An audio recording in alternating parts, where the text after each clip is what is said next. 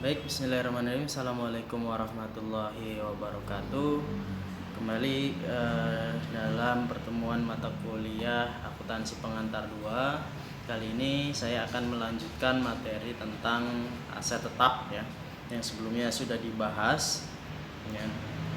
Kita sampai pada pengukuran awal ya. Pengukuran awal slide yang ke-21. Di sini ada sebuah contoh kasus ya, contoh kasus di mana PT Melati menyewa gedung selama 4 tahun mulai tahun 2011. Perusahaan mengeluarkan uang sebesar 800 juta untuk membuat partisi ruangan tersebut sesuai dengan keinginan perusahaan. Nah, dalam kontrak disebutkan bahwa perusahaan harus mengembalikan ruangan seperti kondisi semula, di mana biaya untuk melakukan restorasi sebesar 50 juta dengan tingkat diskon yang berlaku 5%. Jadi per value-nya N-nya selama 5 tahun ya. Kemudian interestnya adalah 5%. Sehingga totalnya adalah 39,176 juta. Nah, di sini adalah biaya yang dikeluarkan oleh PT Kelana dalam rangka perolehan mesin baru untuk produk barunya. Nah, ilustrasi biaya perolehan ya, 5 miliar untuk pembelian mesin, kemudian 50 juta tenaga kerja untuk merubah interior pabrik agar sesuai dengan penggunaan mesin, kemudian 100 juta untuk penyiapan lokasi pabrik, 80 juta untuk pengiriman mesin, 500 juta PPN, dan 500 juta biaya masuknya. Kemudian biaya promosi produk baru 800 juta, biaya instalasi mesin sebesar 120 juta, biaya pengetesan awal 50 juta, biaya grand opening 130 juta, kemudian biaya tenaga engineering yang melakukan pengetesan dan instalasi sebesar 30 juta, dan biaya administrasi yang dimasukkan dalam biaya overhead. Nah, di sini kita diminta untuk melakukan perhitungan biaya perolehan dari mesin tersebut, mesin baru tersebut. Nah, dari 11 item ini kira-kira mana yang termasuk dalam biaya perolehan mesin dan mana yang bukan termasuk dalam biaya perolehan mesin. Ya, nih. Nah, kita bisa lihat pada slide selanjutnya bahwa biaya dari pembukaan pabrik tersebut sebesar ini ya, 5.000 ditambah 50 ditambah 100 ditambah 80 ditambah 500, dan dari ini ya, dari soal yang tadi ditambah 500 ditambah 120 ditambah 50 ditambah 30, jadi totalnya adalah 6.430 miliar kan, 6,430 kan, dimana biaya yang tidak berhubungan langsung dengan perolehan dan pemasangan mesin pabrik tersebut tidak boleh diakui ya. Biaya yang tidak berhubungan langsung dengan perolehan dan pemasangan mesin pabrik tidak boleh diakui, maka biaya yang tidak termasuk dari biaya perolehan dari kasus tadi, yang pertama adalah biaya grand opening product ya. Biaya grand opening product tentunya tidak berhubungan langsung dengan pengadaan mesin pabrik tersebut ya, sehingga tidak boleh diatribusikan ke dalam biaya perolehan dari mesin. Kemudian biaya promosi produk baru 800 juta itu juga tidak termasuk ya kan, karena tidak berhubungan dengan pengadaan mesin tersebut ya. Kemudian biaya administrasi yang dimasukkan dalam biaya overhead besar 25 juta ini juga tidak termasuk ya, karena tidak berhubungan dengan pengadaan mesin. Itu hubungannya berarti dengan aktivitas produksi dari produk ya kan, dari sebuah produk. Jadi ini tidak masuk ya. Semua biaya terkait dengan akuisisi atau konstruksi, misalkan material, tenaga kerja, overhead selama proses konstruksi, biaya bunga, itu jika membangun sendiri ini berarti termasuk dari perolehan gedung ya kan. Ini misalkan perolehan gedung ya. Jadi perolehan gedung, misalkan kita membangun sendiri, maka yang termasuk dari harga perolehan gedung tersebut diantaranya adalah material atau bahan baku untuk membuat gedung tersebut, seperti pasir, batu bata, ya kan, semen dan lain sebagainya, besi-besi, ya kan. Kemudian tenaga kerjanya, biaya overhead selama proses konstruksi, misalkan listrik dan lain sebagainya, biaya bunga, ya kan, jika proses ini ya kan dibangun sendiri ya. Kalau misalkan kita membeli ya kan, maka harga beli bangunan dan pengurusan hak perolehan bangunan. Jadi biaya-biaya administrasi yang terkait dengan proses pembelian gedung tersebut juga harus diikut sertakan. Misalkan kita melalui maklar ya, biaya maklar itu juga termasuk diatribusikan ke dalam harga perolehan gedungnya, fee profesional ya. Kemudian izin pendirian bangunan, nah ini juga diatribusikan ya. Pokoknya yang terkait langsung itu harus dimasukkan sebagai harga perolehan. Kemudian perolehan tanah ya. Semua biaya terkait dengan akuisisi dan penyiapan tanah sesuai dengan tujuan penggunaan, diantaranya harga beli ya kan? Kemudian biaya pengurusan hak tanah seperti sertifikat, pajak, BPHTB, biaya notaris dan lain-lain ya kan?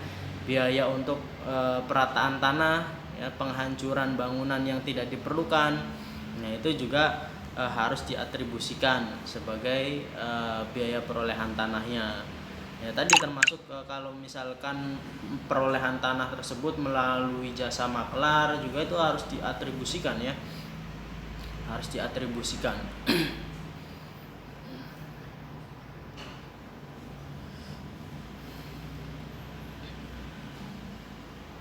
Tanah dan bangunan, investasi properti ya.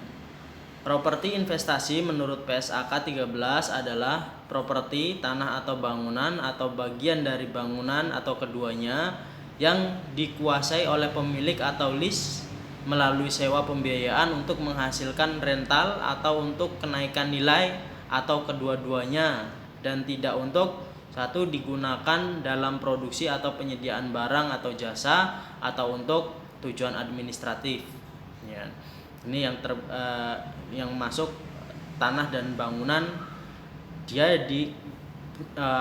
dikategorikan sebagai investasi kalau misalkan memenuhi persyaratan ini ya, digunakan dalam produksi atau penyediaan barang atau jasa untuk tujuan administratif ya, atau dijual dalam kegiatan usaha sehari-hari ya.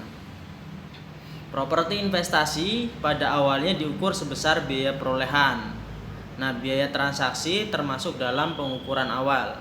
Setelah pengukuran awal, perusahaan dapat memilih menggunakan metode biaya atau nilai wajarnya ya, berdasarkan nilai wajarnya.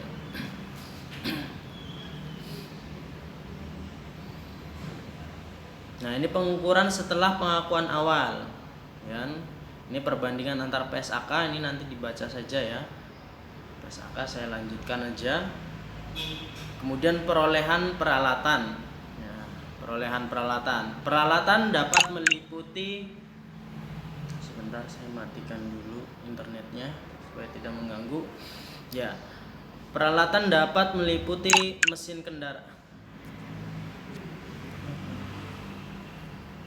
Bentar, saya matikan dulu koneksi internetnya supaya tidak mengganggu. Peralatan dapat meliputi mesin kendaraan, peralatan kantor, peralatan pabrik dan peralatan lain ya. Di mana biaya perolehan ya, dari peralatan itu meliputi dari harga beli peralatan ya kan, yang tertera dalam nota ya kan. Kemudian pajak atau bea yang tidak dapat dikreditkan, kemudian biaya transportasinya, proses angkut barangnya ya kan. Kemudian biaya asuransi selama pengiriman barang, biaya instalasi dan biaya penyiapan tempat untuk melakukan instalasi, dan biaya untuk pengetesan peralatan. Nah, ini masuk dalam biaya perolehan. Nah, misalkan tadi ya, kita membeli mesin Dimana mesin itu misalkan harus mendatangkan ahli dulu, ya kan? Mendatangkan ahli dulu untuk bagaimana cara mengoperasikan mesin tersebut. Nah, misalkan kita membeli mesin yang seperti demikian, kemudian yang mengharuskan kita mendatangkan ahli atau profesional untuk memberikan pelatihan cara penggunaan mesin tersebut, ya kan? Hingga mesin tersebut benar-benar bisa dipakai oleh perusahaan, maka biaya untuk mendatangkan ahli tersebut juga harus diatribusikan ke dalam perolehan peralatan tersebut. Ya, pokoknya biaya-biaya yang terkait langsung dengan perolehan peralatan sampai peralatan tersebut, ya, atau misalkan mesin tersebut benar-benar bisa dioperasikan atau digunakan oleh perusahaan, maka itu harus diatribusikan sebagai biaya perolehan peralatan, ya, sampai benar-benar siap digunakan, dioperasikan. Biaya perolehan, pengeluaran dan penerimaan berikut terkait dengan tanah, land improvement dan pembelian gedung. Tentukan bagaimana perusahaan mengklasifikasikan pengeluaran tersebut. Ini ada itunya, contoh kasus ya. Misalkan di sini uang yang dipinjam untuk mendanai konstruksi. Nah, ini termasuk dalam klasifikasi apa? Maka ini termasuk dalam utang bank, ya, utang bank. Kemudian pengeluaran untuk konstruksi dari pinjaman. Ini karena untuk konstruksi, ya kan, dari pinjaman tersebut setelah kita menerima pinjaman kemudian digunakan, ya, dikeluarkan untuk konstruksi dari pinjaman tersebut, ya. Maka ini termasuk klasifikasi sebagai bangunan. Kemudian biaya untuk perolehan tanah atau perataan tanah, maka ini klasifikasinya adalah biaya perolehan yang dia harus diatribusikan pada tanah, ya kan? Kemudian biaya pajak dan pengurusan izin pembangunan, maka ini masuk ke dalam tanah juga. Kemudian pembayaran asuransi selama proses pembangunan konstruksi, maka ini masuk dalam bangunan, ya, bangunan. Kemudian pengembalian polis asuransi 1 bulan karena konstruksi selesai lebih awal, ya, maka ini masuk sebagai bangunan, sebagai pengurang, ya kan? Karena tadi sudah bayar asuransi, ya kan? Karena proses konstruksinya itu selesai lebih awal, sehingga ada pengembalian polis asuransi, ya, untuk 1 bulan.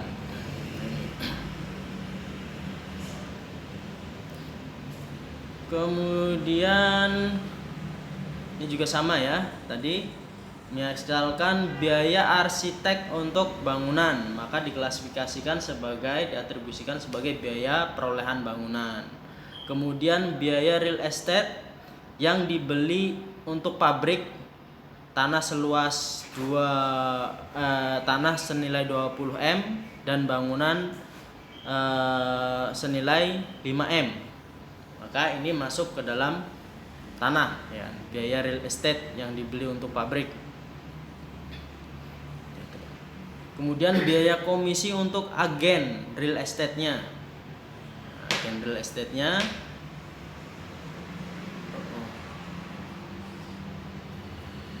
ini termasuk tanah juga ya. Kemudian pemasangan pagar di sekitar properti, ya. Ini terlengkapi ya.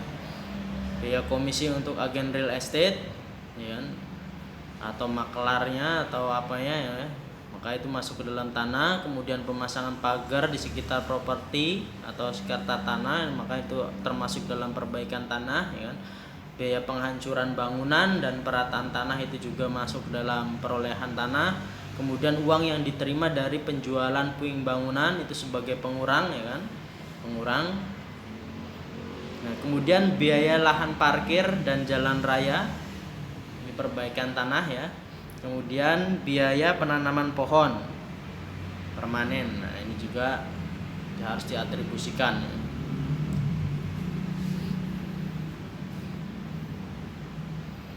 Ini tadi sudah dibahas ya, perolehan aset yang dibangun sendiri, diantaranya biaya material, tenaga kerja, biaya overhead, ya, kemudian biaya bunga selama proses pembangunan. Ini tadi sudah ditunjukkan. Alternatif pembebanan biaya bunga yang muncul selama proses konstruksi. Nah, ini biaya bunga tidak dikapitalisasi selama konstruksi. Kapitalisasi biaya bunga aktual selama konstruksi ini berdasarkan IFRS ya.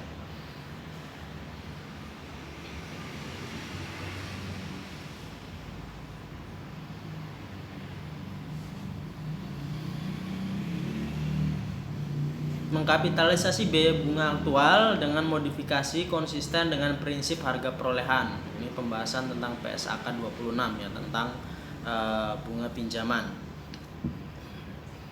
Dalam kapitalisasi ada 3 pertimbangan ya, ada di qualifying dalam aset, periode kapitalisasi, jumlah yang dikapitalisasi. Bunga yang dikapitalisasi jumlah yang lebih kecil antara biaya bunga aktual, avoidable interest ya, bunga yang dapat dihindarkan, yaitu biaya bunga yang tidak akan muncul jika kegiatan pembangunan tersebut tidak dilaksanakan. Ya, ada pinjaman khusus, ada pinjaman umum. Pinjaman khusus menggunakan aktual biaya bunga yang terjadi dikurangi pendapatan bunga yang dihasilkan dari pinjaman khusus sebelum digunakan. Sedangkan pinjaman umum menggunakan rata-rata tertimbang dana yang terpakai dikalikan dengan bunga rata-ratanya.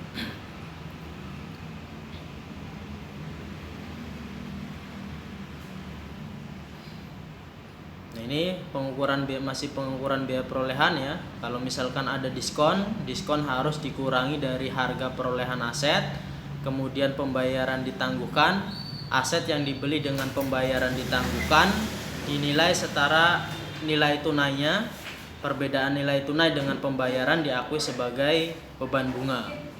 Kemudian pertukaran aset menggunakan nilai wajar ya, kecuali tidak ada substansi ekonomi atau tidak ada nilai wajar yang andal. Misalkan aset tersebut tidak ada padanannya ya, tidak ada istilahnya pembandingnya untuk menentukan harga pasar dari aset tersebut ya, maka kita bisa menggunakan perkiraan ya.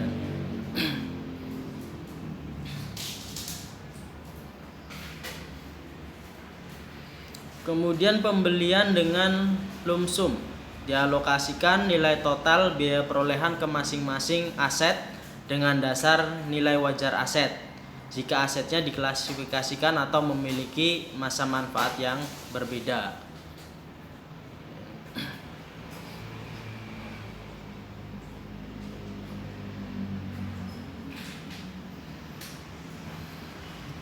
Terus penerbitan saham menggunakan dasar nilai wajar dari saham sebagai indikator nilai wajar aset. Jika nilai saham dapat diandalkan, mana yang lebih andal antara nilai wajar saham atau aset? Jika keduanya andal, maka nilai wajar aset yang diserahkan digunakan untuk mengukur aset yang diterima. Kemudian terkait dengan hibah pemerintah, ini tidak boleh diakui sampai diperoleh keyakinan bahwa entitas memenuhi persyaratan dan hibah tersebut akan diperoleh.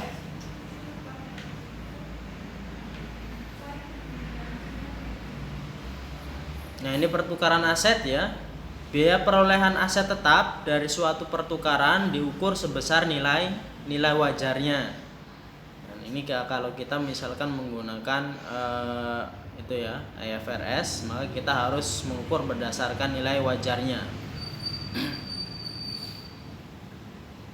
Kecuali tidak memiliki substansi komersil atau nilai wajar aset yang diterima dan diserahkan tidak dapat diukur secara andal.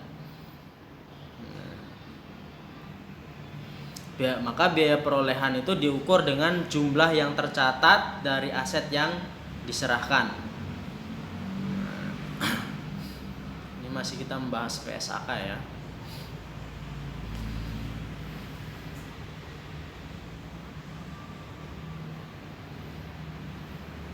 Nah, ini dalam pengukuran setelah pengakuan awal, entitas harus memilih dua cara ini. Ada cost model, ada revaluation model. Ya, sebagai kebijakan akuntansi dan menerapkan kebijakan tersebut terhadap seluruh aset tetap dalam kelompok yang sama. Jadi, kalau misalkan kita menggunakan cost model, ya semua asetnya itu ya harus menggunakan cost model. Ya. Tapi kalau kita memilih menggunakan revaluation model, maka pada aset-aset yang lainnya juga harus menggunakan revaluation model ini. Ya, kita harus memilih, tidak boleh istilahnya yang aset ini menggunakan cost model, aset lainnya menggunakan revaluation model, tidak boleh mencampur-campur. Tapi harus memilih salah satunya. Cost model setelah diakui sebagai aset, ya, aset tetap dicatat sebesar biaya perolehan dikurangi dengan akumulasi penyusutan dan akumulasi rugi penurunan nilai aset. Ini kalau kita misalkan menggunakan cost model. Sedangkan kalau revaluation model, setelah diakui sebagai aset, aset tetap dicatat sebesar jumlah revaluasian, yaitu nilai wajar pada tanggal revaluasi tersebut, ya, kemudian dikurangi dengan akumulasi penyusutan dan akumulasi rugi penurunan nilai aset yang terjadi setelah tanggal revaluasi.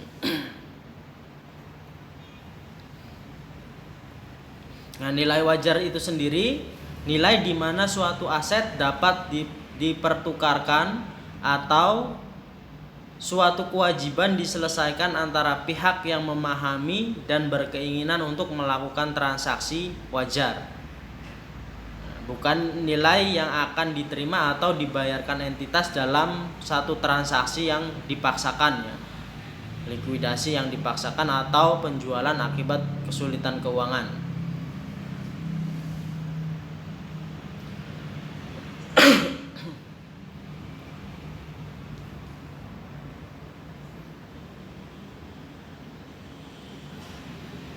Hierarki penentuan nilai wajar yang pertama adalah dengan cara kuotasi harga di pasar aktif, ya. Kira-kira berapa harga pasarnya.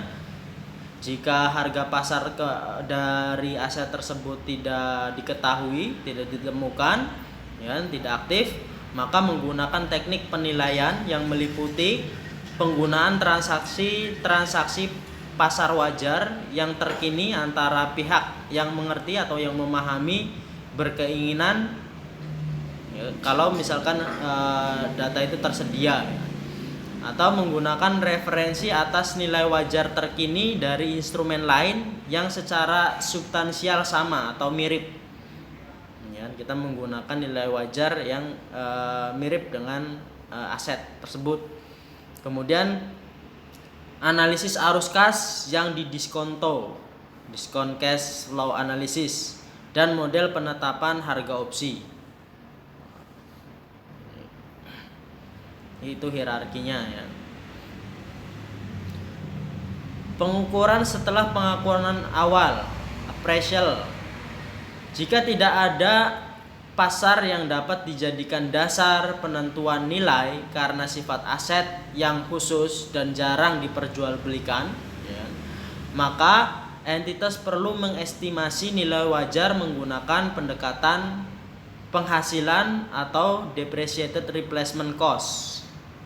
Dua ini, ya.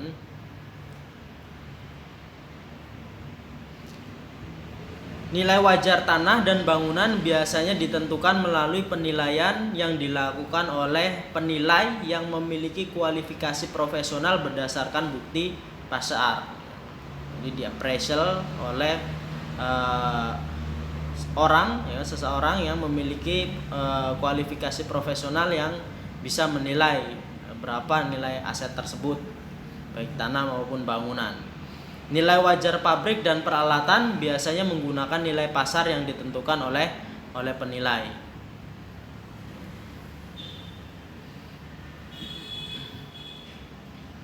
Tidak ada nilai wajar jika tidak ada pasar yang dapat dijadikan dasar penentuan nilai wajar karena sifat dari aset tetap yang khusus dan jarang dijual belikan kecuali sebagai bagian dari bisnis yang berkelanjutan.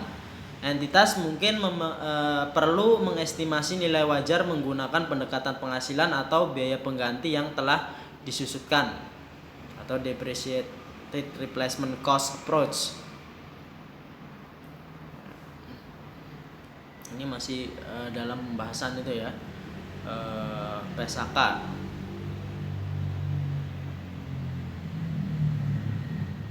Ini nanti masih teori-teori ya. Nah, kita langsung ke pengukuran ini ya, revaluation model. Evaluasi harus dilakukan secara reguler untuk mengestimasikan jumlah tercatat ya, tidak berbeda secara material dengan nilai wajar pada tanggal neraca. Akumulasi penyusutan pada tanggal revaluasi diperlakukan dengan metode proporsional atau eliminasi. Ini sebagai contoh ya kan, peralatan senilai 2 juta diperoleh pada tanggal 1 Januari 2010 dengan masa manfaat ekonomisnya 5 tahun tanpa nilai sisa atau residu. Tanggal 31 Desember 2010 nilai wajar aset adalah 2.400.000. Ya, berarti di sini ada peningkatan ya, ada peningkatan nilai. Jadi berarti kita pertama ya kan mencatatkan di sisi debit ya kan, aset tetap. Kemudian kita mengeluarkan kas ya, ini mencatat perolehan kas asetnya ya kan, peralatan. Kemudian tanggal 31-nya kita mengakui adanya penyusutan, beban penyusutan sebesar 400.000 dan akumulasi penyusutan. Kemudian tanggal 31-nya aset tetap 1 juta, akumulasi penyusutan ya. Ini untuk mengakui adanya peningkatan ya. Setelah penyusutan kemudian dilakukan revaluasi, ternyata kok nilainya justru lebih tinggi ya, maka ini pengakuannya adalah di debit aset tetap, kemudian kreditnya akumulasi penyusutan, kemudian dan di kreditnya juga ada surplus revaluasi sebesar 800.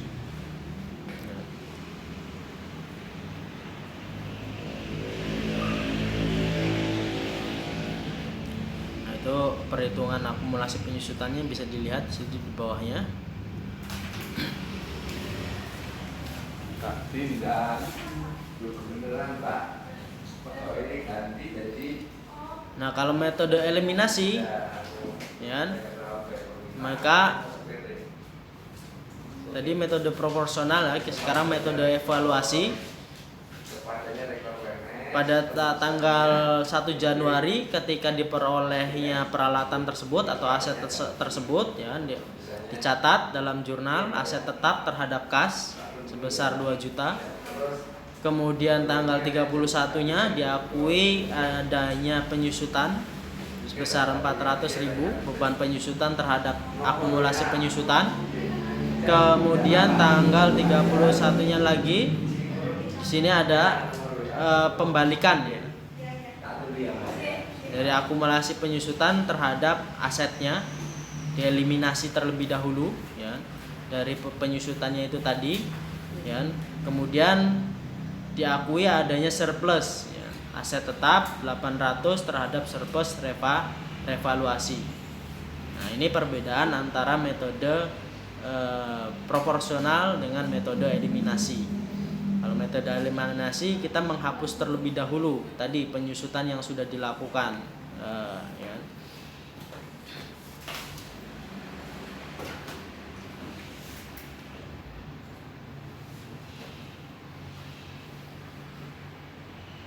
Jika suatu aset tetap direvaluasi, maka seluruh aset tetap dalam kelompok yang sama harus juga direvaluasi. Ya, kalau kita memutuskan bahwa aset itu harus dilakukan revaluasi, maka seluruh aset tetap dalam kelompok yang sama harus juga dilakukan revaluasi. Tidak boleh pilih-pilih. Ya. Kemudian jika jumlah tercatat aset meningkat akibat revaluasi kenaikan tersebut langsung dikreditkan ke ekuitas pada bagian surplus revaluasi. Diakui dalam laba rugi sejumlah penurunan akibat revaluasi terdahulu jika ada. Kemudian jumlah tercatat aset. Ya, kalau misalkan jumlah tercatat asetnya itu menurun akibat revaluasi, maka penurunan tersebut diakui dalam laba rugi, didebitkan ke ekuitas sejumlah saldo kredit surplus revaluasi sebagai pengurang. Surplus revaluasi yang disajikan di ekuitas dapat dipindahkan langsung ke saldo laba pada saat aset tersebut dihentikan penggunaannya. Namun, pemindahan ke saldo laba dapat dilakukan seiring dengan penggunaan aset oleh entitas. Dipindahkan sebesar perbedaan penyusutan dengan revaluasi dan penyusutan dengan biaya perolehan. Ini contoh saldonya ya, surplus revaluasi terhadap saldo laba. Surplus revaluasi di debit, sisi kreditnya saldo laba.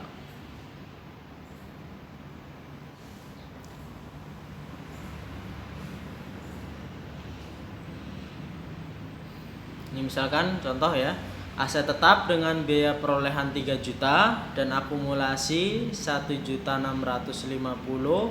dilakukan revaluasi menghasilkan 1.950. Maka jurnalnya adalah akumulasi penyusutan terlebih dahulu ya, kita mencatatkan akumulasi penyusutannya sebesar 1,650 ya. Kemudian baru mengakui terkait dengan surplus revaluasinya ya. Berarti 3 juta dikurangi 1.650, kemudian ada surplus revaluasi sebesar 600.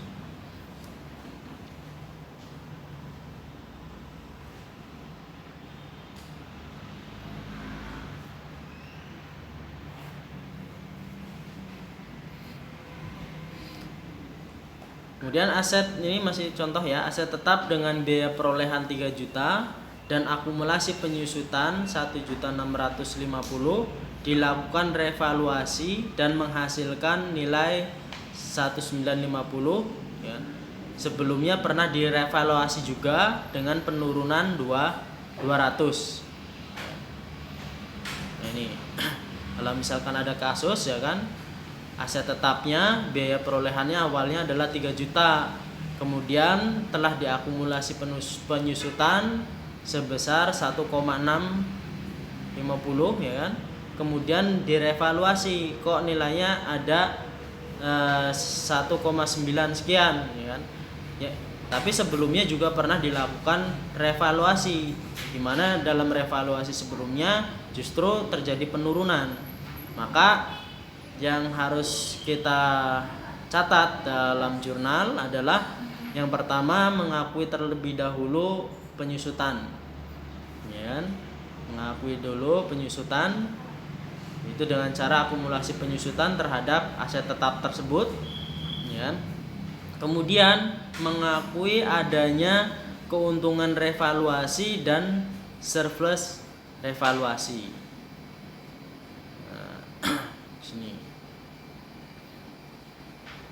Karena ada surplus revaluasi sebelumnya 600 ya kan. Aset tetap 600.000. Keuntungan revaluasinya 200, surplus revaluasinya 400 di kredit.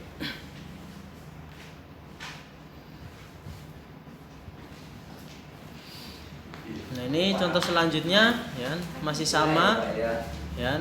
Asetnya harga perolehannya adalah 3 juta, akumulasinya 1,6, kemudian dilakukan revaluasi menghasilkan nilai justru mengalami penurunan ya kan. Kalau misalkan 3 juta dikurangi 1,6 6 itu kan masih sekitar 1450 ya kan. Nah setelah itu kok justru malah mengalami penurunan ya kan, 130 ya. 3 juta dikurangi 1650 berarti 1.350. Dan seharusnya kan tadi istilahnya dari 3 juta setelah disusut kan nilainya seharusnya 1.350. Tetapi setelah dinilai kembali dengan nilai pasarnya atau direvaluasi, ternyata kok di harga pasarnya aset tersebut nilainya adalah cuma 1 juta ya, lebih rendah daripada yang telah disusutkan, nilai yang telah disusutkan. Nah maka kita mengakui, selain mengakui adanya penyusutan, juga kita mengakui adanya kerugian akibat revaluasi sebesar 350. Itu bisa dilihat ya jurnalnya.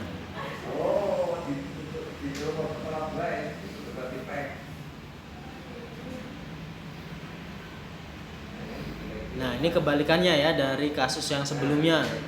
Jadi tadi ya aset perolehannya setelah disusunkan ternyata setelah direvaluasi nilainya lebih rendah, dan sebelumnya pernah direvaluasi dengan adanya surplus 200. Maka pencatatannya seperti di bawah ini ya kan.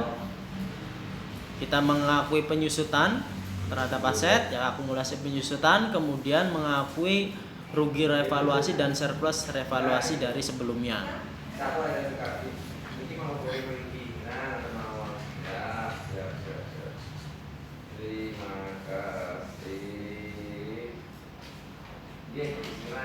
Ini contohnya lebih lanjut ya. Kita lanjut saja. Kemudian kita masuk ke dalam penyusutan. Penyusutan adalah alokasi sistematis jumlah yang dapat disusutkan atau didepresiasi ya, dari suatu aset selama umur manfaatnya, selama aset tersebut digunakan. Setiap bagian aset tetap yang memiliki biaya perolehan cukup signifikan terhadap total biaya perolehan seluruh aset harus disusutkan secara terpisah.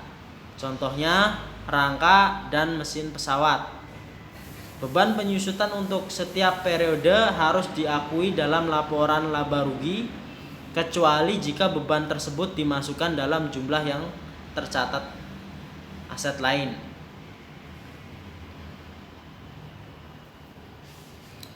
Penyusutan aset dimulai pada saat aset tersebut siap digunakan. Pada saat aset berada di lokasi dan kondisi yang diinginkan agar aset siap digunakan sesuai dengan keinginan dan maksud dari manajemen. Jadi proses penyusutan itu dimulai ketika aset tersebut memang siap digunakan, ya, siap dioperasionalkan oleh pihak manajemen sesuai dengan keinginan dari manajemen. Ya. Penyusutan aset dihentikan lebih awal ketika diklasifikasikan sebagai aset dimiliki untuk dijual. Ya, kalau misalkan aset tersebut kemudian oleh pihak manajemen ingin dijual, maka proses penyusutan itu dapat dihentikan lebih awal. Aset dihentikan pengakuannya. Ya. Tanah dan bangunan diperlakukan sebagai aset terpisah walaupun diperoleh sekaligus. Nah, seringkali ini terjadi ya kasusnya, yang namanya kita beli tanah itu kan terkadang istilahnya ada yang tanah kosong ya kan, ada tanah yang sudah ada bangunannya. Ya. Ada tanah yang sudah ada bangunannya tapi kita tidak membutuhkan bangunan tersebut kemudian dihancurkan ya kan, maka kita mengakuinya sebagai harga perolehan tanah saja. Tapi ada juga kasusnya perusahaan membeli tanah dan bangunan di mana bangunan itu digunakan untuk kegiatan perusahaan. Maka kalau demikian ya kan, nilai dari tanah dan bangunan itu harus diperlakukan secara terpisah ya, secara terpisah. Ya. Misalkan kita beli ya kan aset berupa tanah dan bangunan ya kan, satu paket itu, maka nilainya harus dipisah sesuai dengan harga pasarnya ya, harga pasarnya berapa.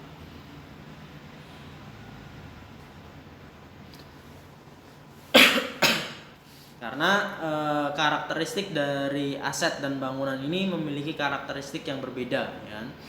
Kalau tanah ini kan aset yang nilainya cenderung mengalami kenaikan, mengalami apresiasi, sedangkan bangunan itu aset yang cenderung mengalami depresiasi ya, sehingga tidak bisa kemudian diakui sebagai misalkan disatukan akunnya, tanah dan bangunan tidak bisa, maka harus diperlakukan secara terpisah, tidak boleh digabung.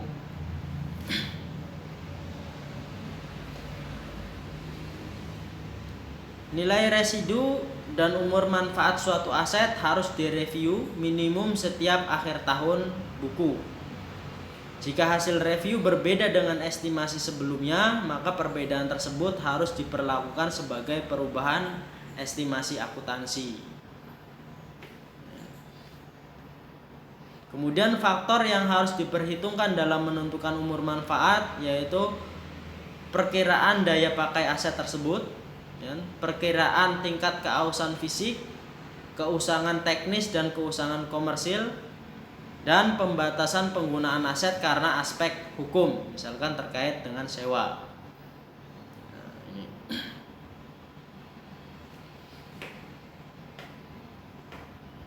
Metode penyusutan yang digunakan harus mencerminkan ekspektasi pola konsumsi, manfaat ekonomis masa depan atas aset oleh entitas.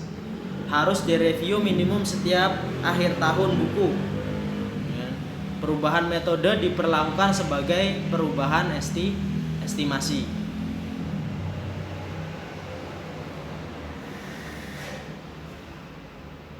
Nah, ini beberapa metode penyusutan ya.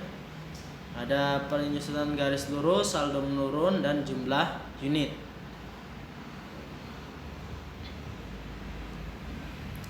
Ya, mungkin untuk pembahasan kita sampai sini dulu ya, karena pembahasan aset ini sangat banyak sekali ya kan. Nanti akan kita sambung dalam perkuliahan selanjutnya ya, atau karena menjelas aset ini memang banyak sekali ya teorinya ya. Mulai dari pengakuan, penghentian pengakuan, kemudian penilaian wajar ya kan. Saya rasa ini cukup ya. Sementara saya akhiri. Terima kasih. Assalamualaikum warahmatullahi wabarakatuh.